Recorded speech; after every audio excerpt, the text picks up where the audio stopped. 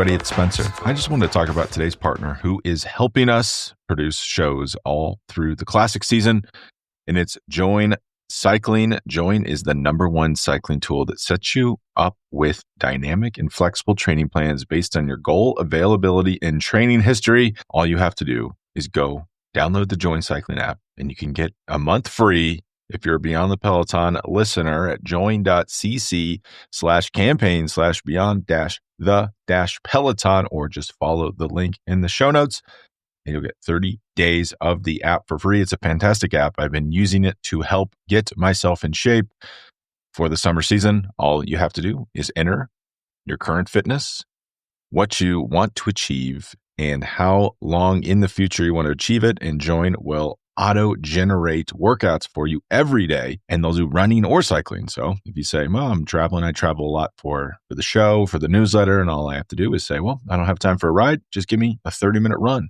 and it will just go back into the back end, crunch some numbers, throw me a 30-minute run workout. I'm also notoriously bad with coaches. I don't respond to authority well, but the Join training plans are easy for me to follow, and I feel like I'm getting a lot out of it.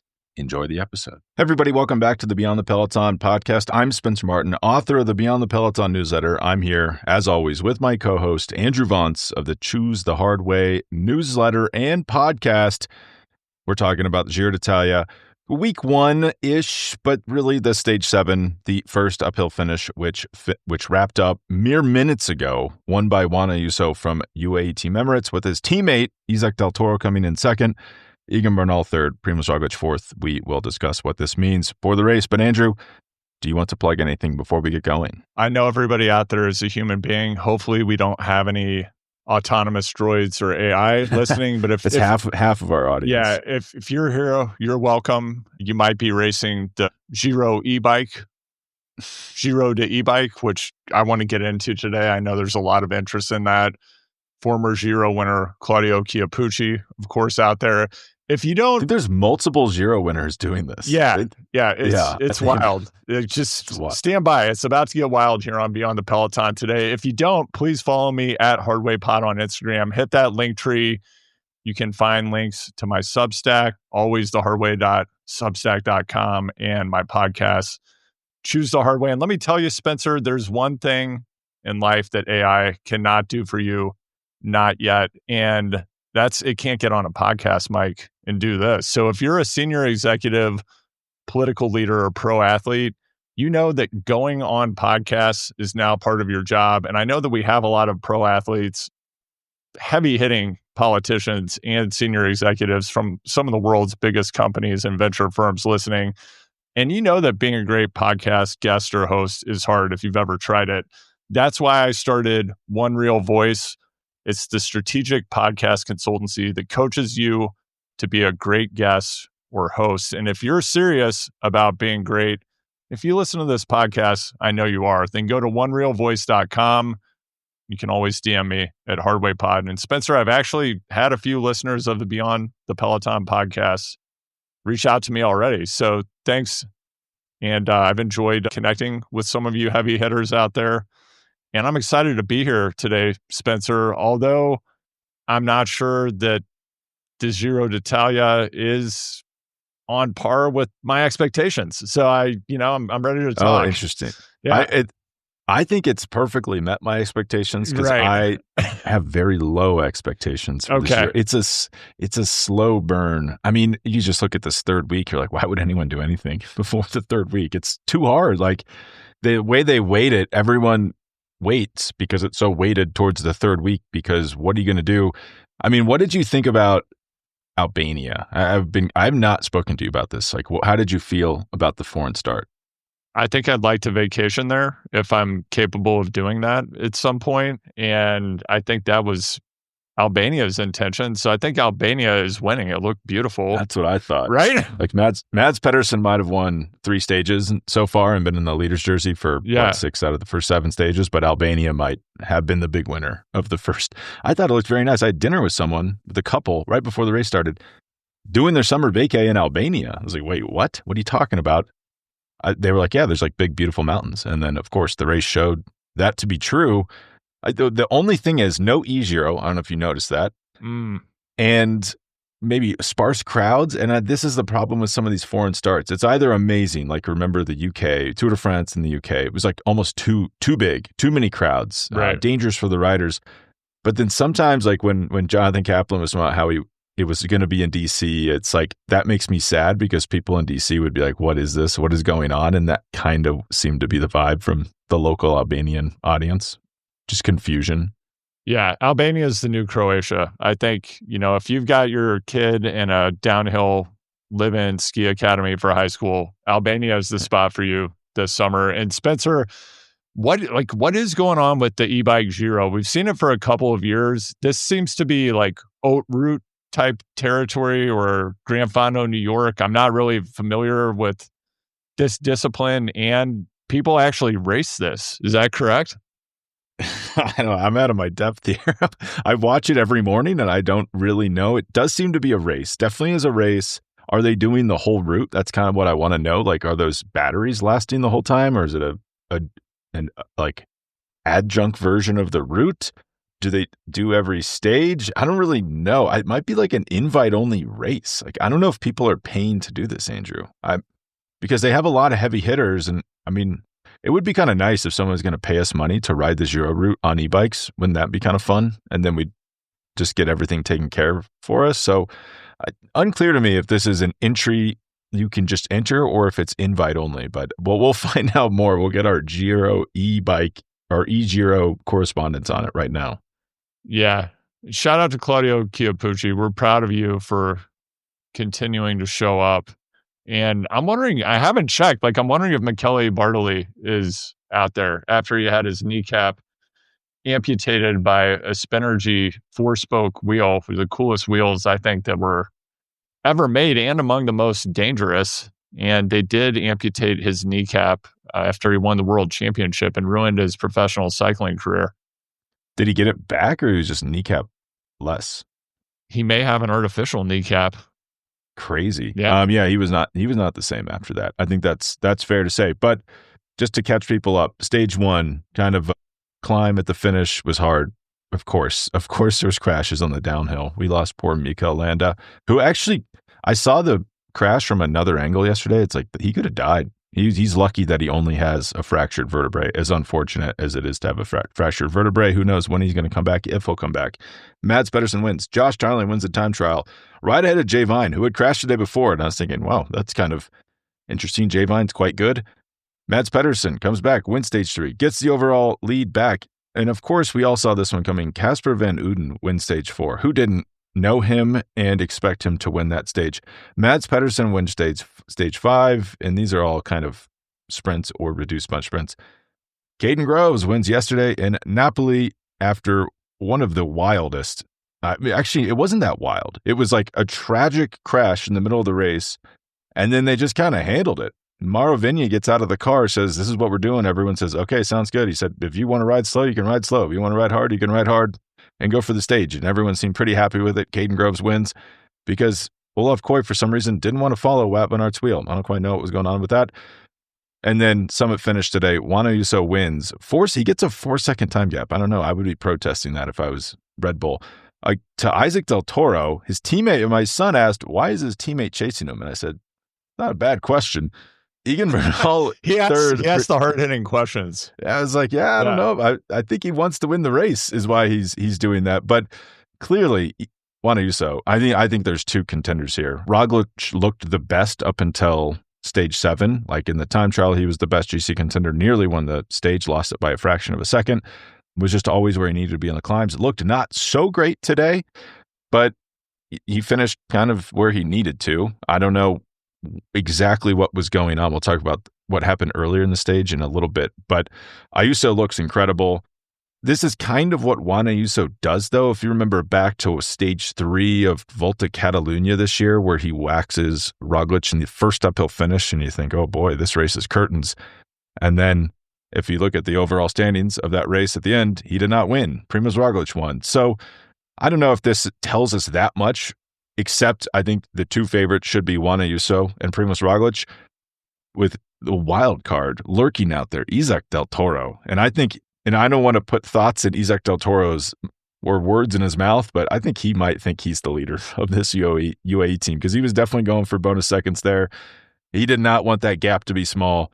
Del Toro, I mean, and the guy's riding incredibly well. Like, what is he? He's in his second professional season. He's 21 years old. Like, that's a pretty good ride for a rider with not that much experience. But what was your big takeaway from today's summit finish, Andrew? Yeah, takeaway from today's summit finish, I was taking another look at the parkour and 9.1% final ramp. One of the things that I noticed when Ayuso created separation, very uncommon for Ayuso and for modern cycling generally. Kip Taylor would not approve of this, and we are going to get, of course, to the state championship being moved to the Iron Horse Classic out there in Colorado later in this episode. Looking at Ayuso's move, his cadence looked to be high 60s, maybe 70, and I thought that the ramp may have been steeper than 9.1%. That was just highly unusual to me, and it was like one of those slow motion separations, and his gap just kind of expanded out to that final gap of 4 seconds in front of Isaac Del Toro. Something that really interested me in the approach to these final moments is that final climb began. What I had in my notes, Spencer, was, what are Ineos and Bahrain doing? Very good question. And I really want to get your take on this. And I think there are a couple of different ways you could parse this. Looking at the final results, Egan Bernal, not that far back, right? And so he's 4 seconds behind Ayuso at the finish. They, of course, all get different time bonuses. Impressive ride from Bernal. Has to be one of his best rides post-injury. And finishes in, same time as Primož. Like, that's impressive. I'm wondering, though, if you're Ineos or Bahrain, what are you doing giving this big lead out to the teams that are definitely going to jump you and beat you? Would you be better off saving those matches? And, are your super domestique climbing teammates capable of sitting on UAE and Red Bull and then perhaps doing more work for you closer to the finish? Or was it smart to have their entire teams at the front giving a lead out to the superior talent of Juan Ayuso, Isaac Del Toro, and Primož Roglič, kind of doing free work? Yeah, it's a really good question. And I mean, yesterday on my show with Johan Bernil, he was saying, I'm really curious to see who has to come forward and work on this final climb for UAE, because who would do the work for them? They're going to have to do the work themselves. And it's like, whoa, Johan, you with your logical thinking. It's like these people will do things not in their own interest. But yeah, I don't know. I couldn't wrap my head around it. I was really confused because it's exactly what you're saying. So Ineos and Bahrain are letting UAE defer that. Like, they don't have to make any decisions. They don't have to burn any riders. Like Ayuso and Del Toro are sitting comfortably in the wheels and their teammates aren't working. It seems to be a really good situation for them. I think you could explain it. If I had to explain it for Ineos and Bahrain, is it keeps their riders up front. Like, if you look at Bernal, he's never that far back. Like, Roglič kind of starts the last K like a little far back. He's moving up, probably affected him a little bit, but Bernal is kind of always perfectly positioned on this climb. So that's not nothing, especially if he's not so explosive. It just keeps him up, out of trouble. It's really simple. Bahrain is Tiberi, and, he's good. He's like a podium contender. I guess, like, maybe there's also, I call it like the macho factor. Like, it's a signal to your team leader, like, we believe in you. We're going to go to the front. We're just as strong as these guys. Whether that's true or not, I guess, is debatable, but you're signaling to your leader that you believe in them. That's kind of what I think a lot of that was, is like, we're not afraid of UAE. We're going to take the fight to them. And it's easy for us to sit here, not being in the race, and say that's stupid. But when you're going through like the insanity of traveling around Italy every day for 21 days and racing your bike really hard, maybe that type of intangible benefit does matter. Having said that, I think they maybe should have forced UAE or Red Bull to take the pace up on that climb. I thought that was like just bailing them out. And clearly it worked so well for UAE. Like they go 1-2, They don't have to make any hard decisions. I mean, and now Red Bull's still in the race lead. This is a worst case scenario for Roglič because he loses time and he gets the race lead. So now his team, down Jai Hindley, by the way, who crashed out yesterday, has to control this race for who knows how long. And I mean, my pet theory is the stage 10 time trial on Tuesday will probably decide the race because Ayuso, as you said, low cadence. I'm a low cadence guy. I think low cadence is the new high cadence. People are going to start doing it. But Ayuso, low cadence because it's steep, and then you notice it flattened out at the top. And he put a lot of time into people on that flat part because he's probably in a big old gear and they're back there spinning their teacups. They can't get any friction to catch up with them. Also, Bradley Wiggins was talking about he tried to go high cadence, said he didn't feel like he was getting like enough bang for his buck. So he went back to the low cadence and thought he got higher power. So who knows if the high cadence is actually better, people. But I think Ayuso, I don't think he's that much better than everybody else in that group. I think that climb just suited him really perfect. He's capable of these like one-off performances that are incredible, kind of like Remco Evenepoel. I think these top climbers are all about equal. I think the time trial, as much as I hate to say it, I think that stage 10 time trial probably decides the race because this third week's really hard, but I think it's going to be a lot of just sitting and following each other because the stages are almost too difficult to launch really explosive moves, and no one's that much better than anybody else. Looking at this stage today, another thing that I had in my notes, McNulty looking damn good. Looking good. I think he's and I don't know if he puts his hand up for this. I think he's like the first sacrificial lamb because, you know, they had like 5 leaders. They had Ayuso, Del Toro, Adam Yates, Brandon McNulty, all high up in the GC. Clearly, someone has to start working. McNulty loses time today, loses 24 seconds. And, you know, your Yates brothers are not looking good. It's just Simon Yates loses time today. Adam Yates loses time. Simon will clearly be the leader at Visma for as long as they want him to be at this race. But Adam Yates will probably get shifted to domestique work, and then poor Brandon will too as well. But what's weird is he's like very good in that role. And you know who, every time I see UAE at the tour, I'm like, you know who they need? They need a rider like Brandon McNulty. And he's on this team, but they never bring him. So he's going to do great in a support role, but I think that's where he's going to get slotted into. Yeah. Brandon McNulty, loyal lieutenant 2.0. I would put him on the tour team. And I also was taking a look today at the little engine that could, a rider I'm a huge fan of, maybe on the far side of his peak. I'm, of course, talking about Tricky Dick, Richard Carapaz.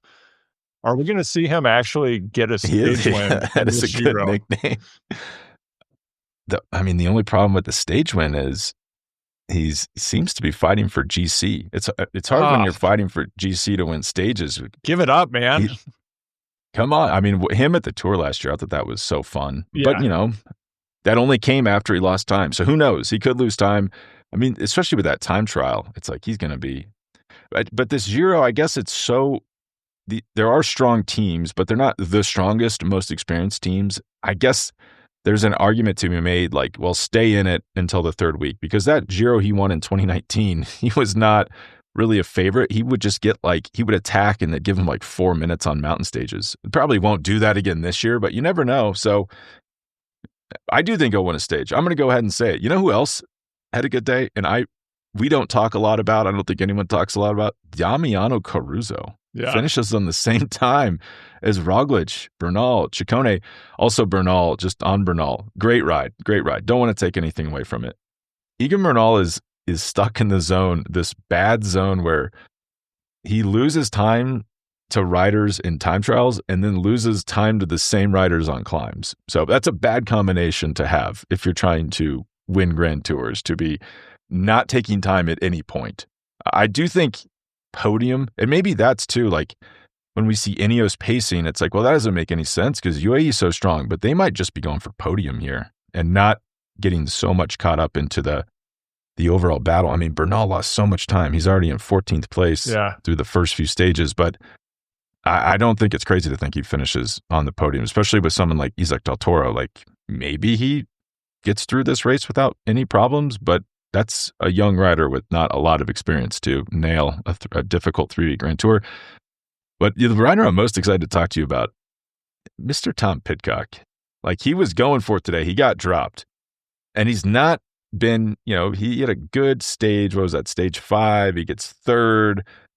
But then even after the stage, he's like, I just thought, I think his quote was like, I thought Mads would be stronger. I thought his pop would be faster. But knowing what I know now, I think I could have beat him. And it's like, well, okay, but you didn't. And he seems to be going for GC, but then trying to win stages, which is the worst combination. Like what we talked about with Carapaz, it's the worst combination to have. Like, what have your sensations been on Pidcock so far? Pidcock's just waiting for the race to get hard, Spencer.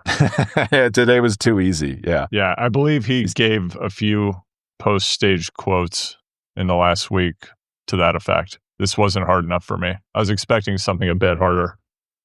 Not harder. I mean, the stage he would win is Sunday, stage 9 on the gravel, the Strada Bianchi redo. But Pidcock, I don't know. I'm pretty, I guess, down on him, but I just feel like I'm taking crazy pills at a certain point because maybe I just need to let the salary go. But he's like one of the highest paid riders in professional cycling. And he's not strong enough to contest stages like this. He's not a good enough climber to contest really, really hard high mountain stages from the GC group. But then he won't lose time on purpose to then get into breakaways. So, and it's like, well, I'm not good in, I think he was saying, he's like, well, I'm not a sprinter, so I can't be expected to win sprints. But then it's like, okay, so then what exactly are you left with? Like, what type of stages are you targeting there?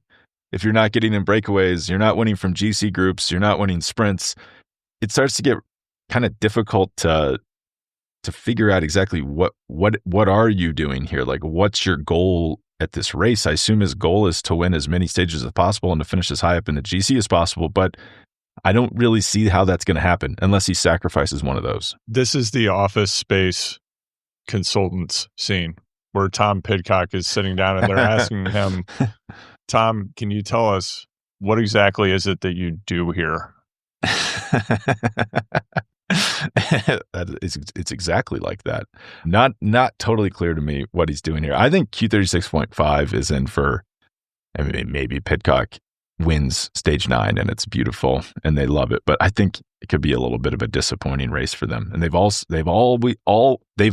already lost, what's his name? I can't even remember his name. Zukowski, the Canadian. And they can't be losing riders. They need everybody on that team. Put a tariff on that guy. Nicholas Zukowski, I think is his name. He's actually really strong, but that is a big loss for them. Yeah, tariff that guy. We can't have him. Yeah. These Canadians crossing the border without a tariff. Come on. Yeah, send him back to get some freedom fries in Quebec. I'm wondering. I keep wondering every time I see Q36.5 and that name. I've gone to the website. It has something to do with your body temperature during exercise. Just give it up. Do the partnership with Q39 in Kansas City. Let's get barbecue into the world tour. It's high performance. Let's make it happen. So Spencer, I'm going to digress a bit here now because I've taken a bit of heat in the DMs. My inbox. Oh, yeah. My inbox has been getting assaulted. We all, of course, saw the news that Mads Pedersen has signed the lifetime contract with Little Trek.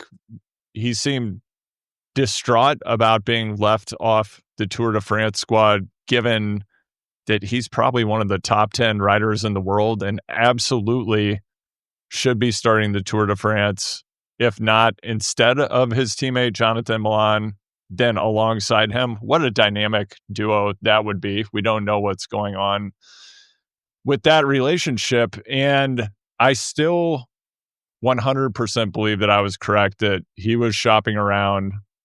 Sources familiar say there were other offers on the table. And then people inside of Mads' camp have said, no, that's not correct. There were never other offers. Mads has been happy the entire time.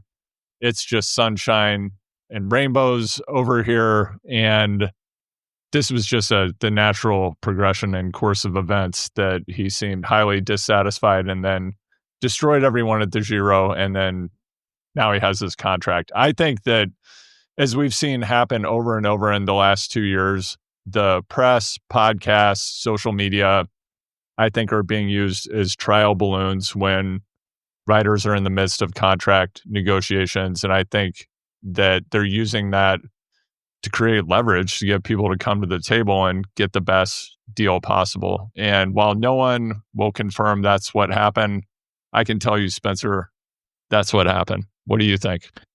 I don't know if people from inside the camp have been lobbing grenades at Andrew, but I have a hard time believing that he was happy the whole time. Like, he doesn't get selected for the tour, and then I know there's a narrative that he didn't want to go to the tour. I've been joking that maybe there's just a fire music festival this summer, and he's like, I can't miss this. I can't be going to the Tour de France.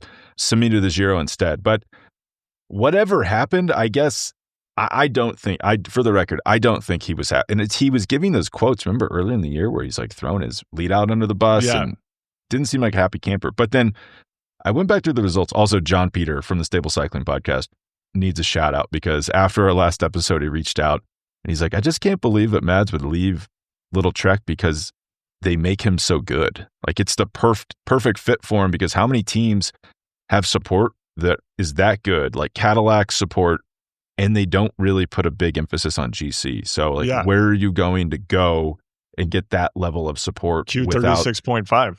Q36.5, baby. And they might get invited to the next one of 5 Tour de France's. So that's perfect fit.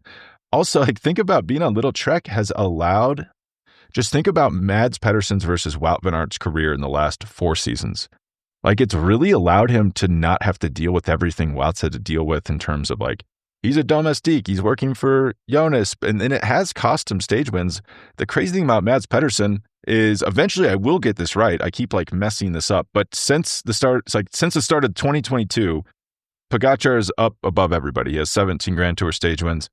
Mads Pedersen has 9, and that's tied with, I believe, Jasper Philipsen and now actually Caden Groves, if you can believe it. Wow. And then Remco Evenepoel right below them. And then Wout van Aert is 6. I believe Roglič is 7.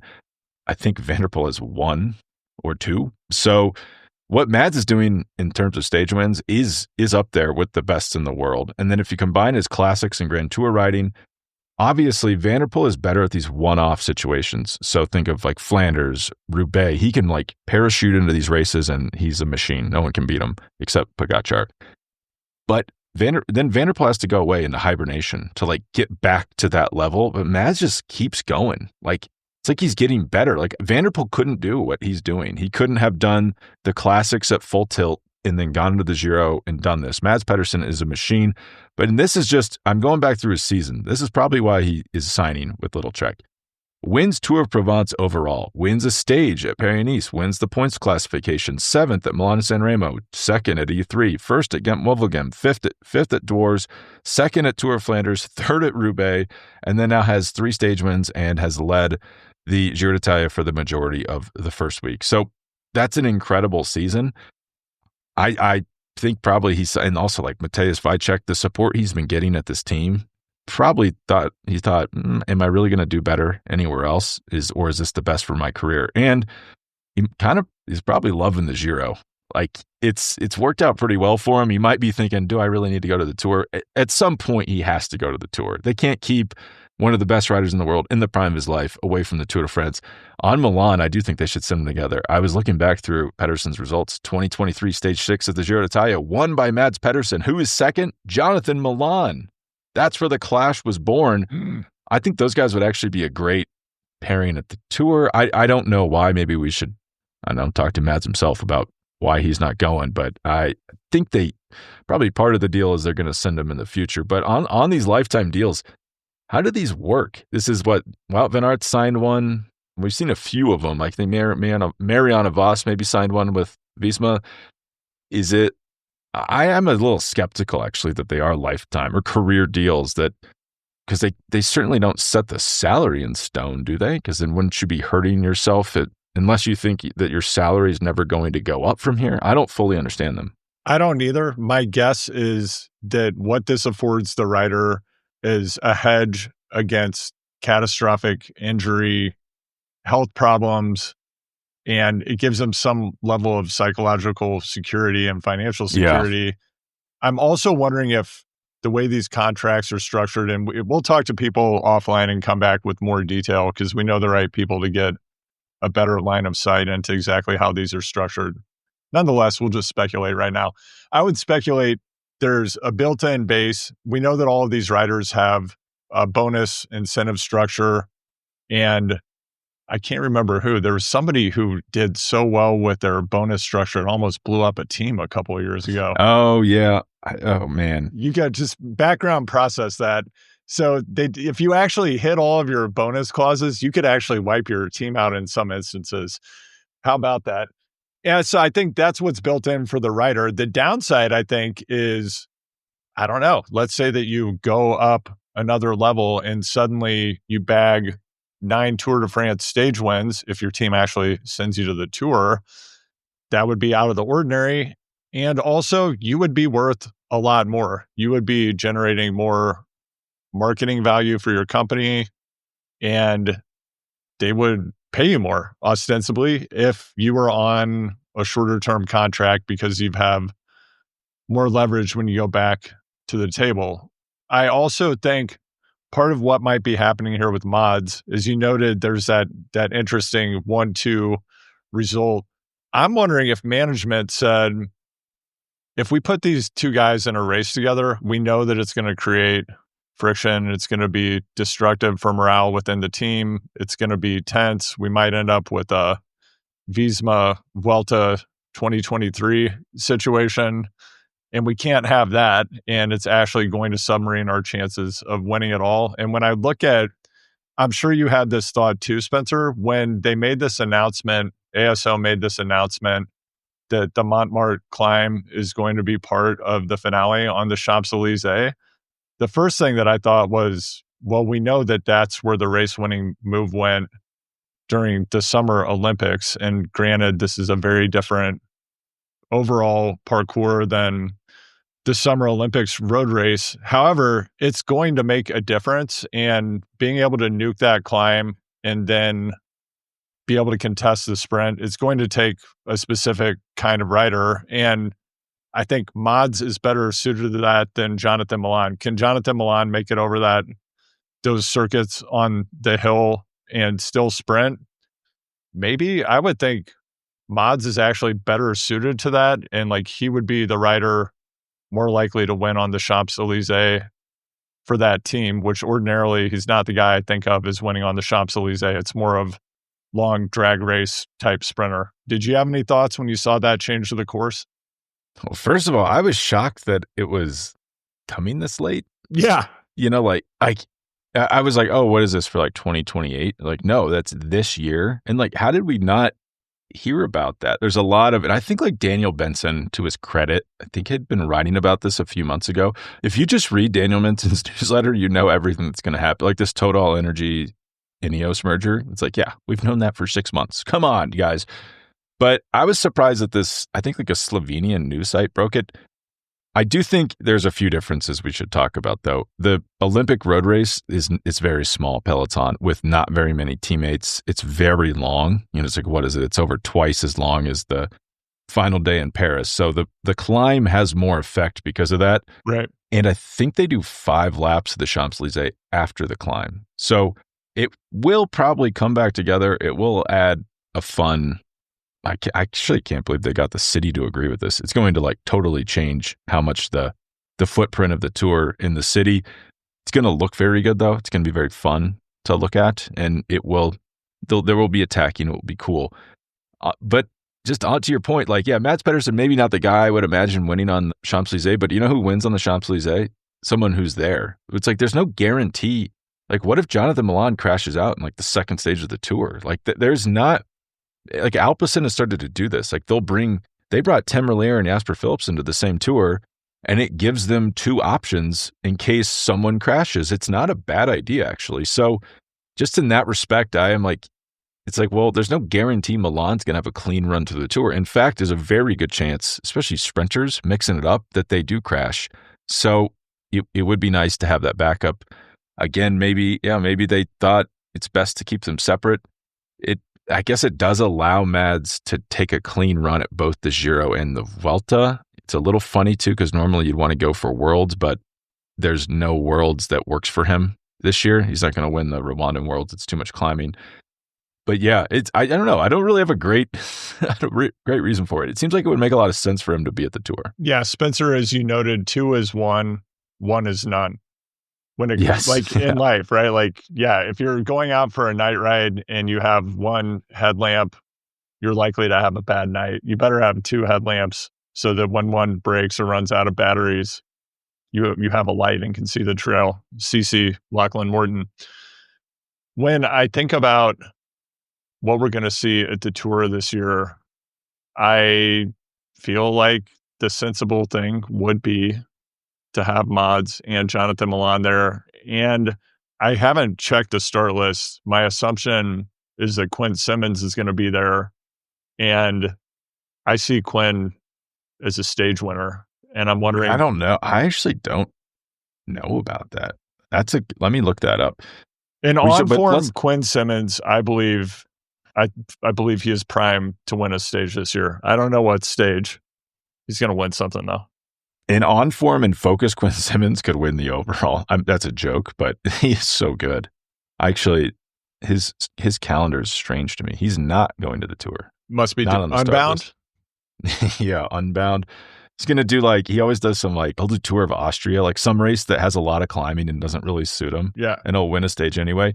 But let's talk Turkey. What do we think? What are the details of it? We should say on these lifetime contracts, I think a lot of times they're more PR than reality because John Calipari signed a lifetime contract to coach Kentucky basketball. And then within a few years, they had made his life miserable enough and his performance was poor enough that he just left and went to another team. So there's always a way to get out of it. And then I heard an interesting incentive structure. I'm not saying this is true. I'm just saying I heard it about Chris Froome, where it's it's been publicized. He signed, it's 5 million euros a year for 5 years. I heard that it was 5 million for the first year, stepping down $1 million every year unless certain performance bonuses were hit. So 5 for the first, 4 for the second, unless he's was winning Grand Tours. And then for the 5th year, it's $1 million. I don't know what the details are on this Mads Pedersen contract, but to have a rider this good in modern cycling, you have to pay a lot of money. There's riders who aren't that good or really race winners who make almost 2 million euros a year. So I assume this is a lot of money. I just don't know exactly how it's structured. And what do you think he's making? Yeah, in that Froome scenario, Spencer, you have to assume that even if Froome is on €1 million in the last year of his contract, he's still getting paid €1 million a year to train and race less than your average tech middle manager living in the Front Range who's training probably 40 to 45 hours a week and has 60 to 70 gravel race days a year. I'm being trolled by Andrew about when are you going to start doing hard rides? When are the big rides come in? But this is funny you mentioned that. I was looking at, it might have been Casper Van Uden's. A lot of these younger riders just put everything on Strava because they don't think about it. And they'll train 17 to 20 hours a week, which, as you know, that's not even Cat 5 numbers in the modern environment. And we've hit this weird thing where the people who are actually fast train a fraction of what masters and enthusiasts train. Yeah, so this is the last 4 weeks for Casper Van Uden. 16 hours, 24, big block at altitude probably, 13, and then 20 this week during the race. Also, notably, these Grand Tours are shrinking. I remember the year Ryder Hesjedal won, it was a 30-hour week average for 3 weeks. Right. But they're racing so fast now, they're shrinking these. How they're almost 30 hours shorter than they used to be. Yeah, and if you're VP level or above, a venture partner or retired private equity venture partner or tech executive, you're probably on, I'm going to say, 42 to 45 hours a week right now. At least. At least. But Spencer, before we move on to Hungary, a question I had for you. I know you brought this up last week that the PIF, the Saudi Public Investment Fund, was going to sponsor. It's really funny. The Giro. Instead, they're spending some time doing other things in the month of May with those investments. I'm sure everyone's noticed the giant pair of underwear from Lumen, the super durable underwear. I think it's Lumen, It's with an A, Luman. Luman. I Wait, get it. You think that's an Is that an L? It's an L, not an I? Luman. I'm thinking it is. This is some confusion in the brand mark. I feel like they might need I think it's Uman. Iuman with an Okay. I. I don't know. Okay. Well, somebody. The fact that we don't know Yeah. is probably an issue. There's a creative director, CMO, or outside consultant. Maybe McKinsey could get involved. I think this is at least a $5 million project to change that I to an L. And my question is, Could be a lowercase L. I read it as lowercase L, Luman. It's super durable underwear, and they say goodbye to rips, holes, and embarrassing sagging. The indestructible is the new generation of boxers that will revolutionize your wardrobe. My first question is, what are they doing to their underwear over there in Italy? Spencer, like, what's going on? Yeah, I had the same thought. I was like, is this a problem that they're solving? Are your underwear just like blowing up constantly? But the funny backstory on this, like a month ago, reports coming out, and like, this is leaked from RCS, the organizer. It's like PIF to sponsor the leaders jersey. And they were like peacocking around about this. And, it was going to be a big deal because they lost NL, like ENEL is an Italian energy company that had sponsored the jersey for a long time. This is a really important source of revenue for the Giro. They sell these jerseys for about 4 million euros per jersey. So if you think that there's overall points, KOM youth teams, that's a big chunk of their money. And their revenue, I think, is around 60 million euros. And then you have, start, finish, payments, things like that. But the profit is about 8 million euros. So a 4 million euro chunk, like if they don't have that deal, their profit is halved. So they have PIF coming in. They're happy. But then the Giro starts. And wait, there's a big old thing of underwear up there. And Luman, whatever they are, is sponsoring the leaders jersey, not PIF. Like, what's going on? Apparently, they didn't sell it to PIF, actually. Like, the deal fell through. And they had to give it to Luman for a fraction of the price. Who swooped in, probably couldn't believe their luck because this thing was about to go unsold. And now they get this big old underwear at the finish of every stage. We might be buying these by the end. Maybe we'll be converts. But an interesting wrinkle to the PIF sponsorship conversation, PIF allegedly wants to buy the Giro and the Torino FC. So the same guy owns RCS Media Group and Torino FC, which is a soccer team in Torino. And they want to buy the Giro d'Italia. They want to buy RCS Media Group, including the Giro d'Italia and Torino FC.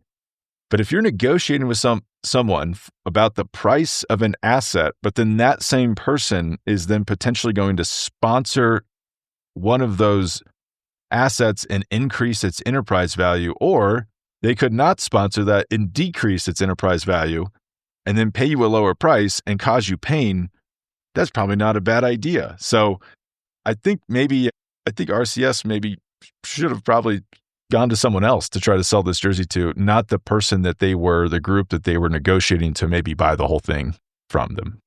Spencer, another question for you about both the sporting aspect and the business aspect of the Giro and its value as a media property and asset. Something I've been thinking about during this first week, and this also relates to this hot streak that Mods has been on. There was a lot of talk during the classic season, of course, a lot of jibber jabber, a lot of people chopping it up about how pro cycling become boring because we had a handful of riders winning every race. Well, Spencer, now we have what's supposed to be one of the most prestigious, best, and hardest races on the calendar happening. And we don't actually have the very best riders at the race. And it seems a bit less interesting to me and a bit less exciting from a sporting point of view. Am I off my rocker? No, you're not off your rocker. This is exhibit A of why we shouldn't complain about having beautiful things happening. Like the same historically great people are performing well. I don't like this because this is the alternative, folks. It's not, the luster's not as much. It's just like, it's not JV, but it's not the best. Like, I would actually like to see Mads Pedersen competing against Mathieu van der Poel for these stage wins. That'd be awesome. We should mention that I think we've been dodging it subliminally, but Wout van Aert, I guess, was supposed to be challenging Mads Pedersen at this race and appears to be getting worse every day.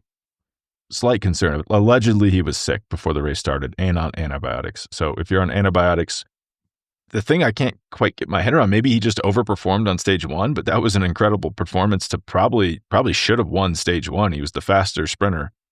And then it's just gotten worse. And then not a terrible time trial, knowing what we know now. And then it's just gotten worse and less good as the race has gone on. Almost as if he's thinking, when's the earliest I can pull out without having to return the money I was given by RCS to be here? Following the stage yesterday, he made a comment. I'm sorry if you hear some clucking in the background. It sounds like you're in Hawaii. Yeah, the chickens are out of the coop for the first time in about 6 months. We've kept them in because of hawks, and this is also the time of the year when foxes have their cubs and they love to kill all of your chickens. It's possible there's an attack underway. I'm going to stay focused right now. I have another family member attending to the coop. And speaking of foxes and the hen house being raided, Wout van Aert yesterday tried to raid the hen house with a cheeky ride off the front there at the finish that, of course, faltered. And I don't know if you've ever made this mistake in the heat of a finale, Spencer. I know I have, where I think that's my specialty. I think the finish line is in one place, and that I've actually won the race, or that I'm about to win, and then I get there and I realize, oh, actually there are like 500 more meters to go, or there's another corner. And Wout actually said after the race, I thought the finish line was in a different place. That was not smart. That was a bad move. I know that things get heated, but really, man, like, what's going on with this guy? I love Wout. I'm like, Wout, what's going on, buddy? There is a lot of noise at the finish line. There's a lot of different banners. So, I mean, maybe, I don't know. He has done this a few times. I mean, this actually used to, I don't know why I got in this bad phase, like right when I catted up to Cat 1, I would never know how many laps were in a crit remaining. Yeah, I've had this too. Yeah. I just, I wasn't processing, everything was happening too fast. But that's the first thing I thought. I was like, ooh, is Wout. It's like he got like rookie-itis or something. I don't know what's going on. But the weirdest thing about that is his teammate, Olaf Koy, sitting right on his wheel, sees him go, doesn't follow him, and then is boxed in for the sprint. Right. And then Caden Groves uses Wout to win the stage. It's like, Koy, just follow him. What are you doing? Maybe he thought. But right there, that shows you like Koy doesn't trust him. Because if he trusted him, he would have followed him and then easily won the stage. So that's not a great sign for our boy. He does not seem to be back on stage 4. It was the first like really fast bunch sprint. Like he couldn't even stay in the front of the group. He was not in the bubble. He was like in the tadpole's tail, which is a really, really hard place to ride. I think just because he was scared of crashing would be my informed guess. Yeah. And granted, I'm just watching a stream on TV. He just doesn't look good. He looks haggard. He looks, I mean, granted, they're racing a Grand Tour. He looks much more exhausted than he normally does. And even today, he was like, he was almost felt like he was struggling before Caden Groves, and it's like, well, that probably shouldn't be happening. He just looked miserable back there. I do have to run. I got to do a school run, a late start school run, but I did wake up. I had my Ashton Hall like 4:30 a.m. wake up this morning, so I could watch the start of the stage. Was kind of interesting because Jay Vine, who's crashed twice, by the way, looks like the strongest rider in the race. He just lost time on stage 1 when he crashed. Is just ripping it, like no breakaway can go. Jay Vine's like, get this, watch this. It just doesn't even get out of the saddle. It's just in the saddle. And like the other day, he was just setting pace for like 20 kilometers, and then for sections of that, just doing like 7.3 watts per kilo. Like he would be riding away to win the 2018 Tour de France with those numbers, but he's just cruising off the front. Red Bull's freaking out because they can't let Jay Vine get away because they might never see him. It's Ben O'Connor all over again from the Vuelta last year. But as this is happening, like it's really intense because Jay Vine's up the road. People are joining him. Red Bull's trying to get this under control. Juan Ayuso is back in the team cars. And you can't get these new rain jackets. Like the sleeves are so tight, you cannot get them on when you're riding. It's so difficult.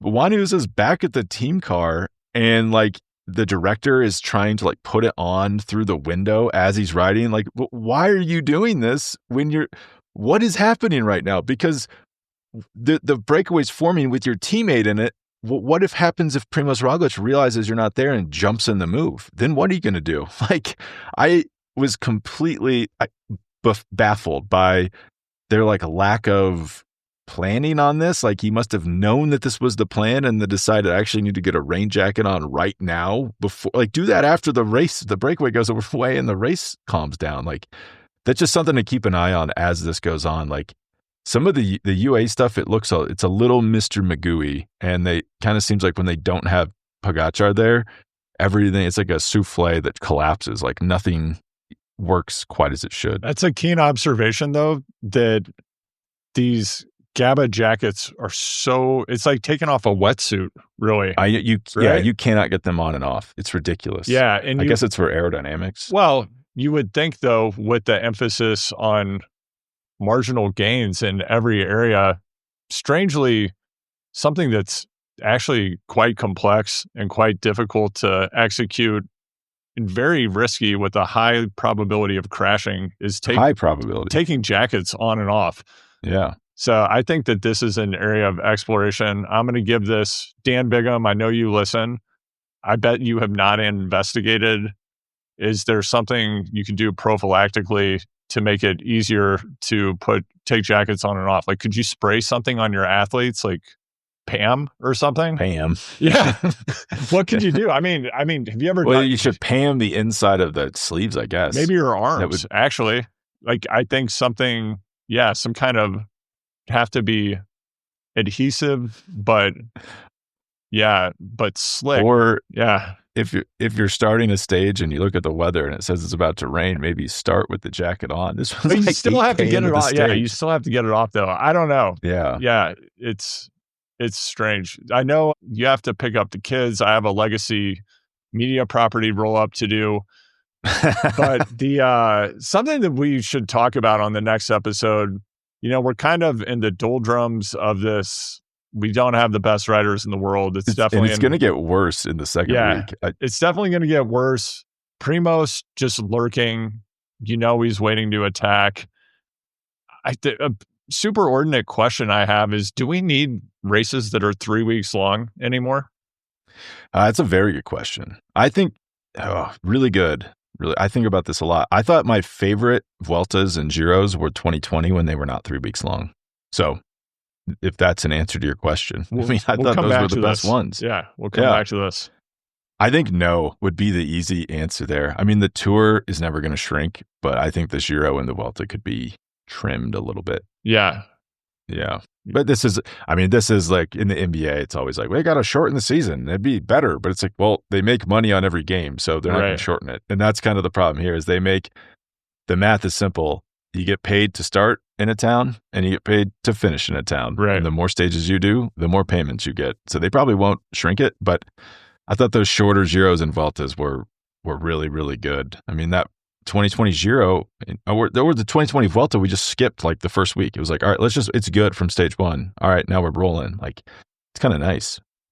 Carry that into the afternoon, take it onto the cargo bike, noodle on it, and we'll come back with answers here on the next episode of Beyond the Peloton.